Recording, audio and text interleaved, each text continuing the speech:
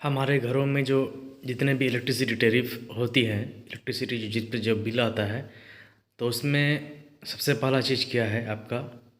एक तो आपका है मैक्सिमम डिमांड, कि आपने मतलब एक होता है 24 आवर्स में कितना आपका रहा मैक्सिमम डिमांड, एक 15 डे के बेसिस पे और एक मंथ के बेसिस पे। तो इस बेसिस पे आपका एक बनता है मैक्सिमम डिमांड, ठीक है, वो हो गया। और एक चीज़ होता है उसमें कि आपने एक महीने में कितने एनर्जी आपने कंज्यूम की, ठीक है ना। उसी को हम लोग जो यूनिट बोलते हैं 1 किलोवाट आवर। अगर 1 यूनिट आपने खर्च किया है तो आपने क्या कहता है 1 किलोवाट आवर की आपने कितनी बिजली खपत की है। उसके बाद आप आता है हमारा कि पर यूनिट मेरा क्या कॉस्ट है।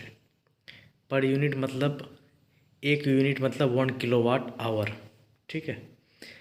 तो उसमें जैसे बी इक्वल टू कॉस्ट पर किलोवाट आवर है, तो 1 यूनिट का जैसे अलग अलग जगह पे अलग अलग रेट है। हर स्टेट डिस्कॉम्स ये डिसाइड करती है कि आप कितने उसमें उसमें सब्सिडी भी आती है।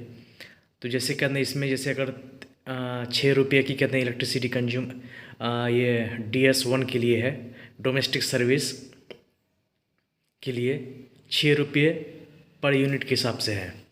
तो इसमें गवर्नमेंट सब्सिडी देती है, तो सब्सिडी देने के बाद 50% या 40% अकॉर्डिंग टू स्टेट ये वेरी करती है।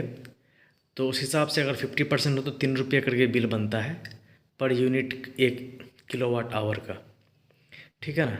और एक है आपका ए इक्वल टू कॉस्ट पर किलोवाट।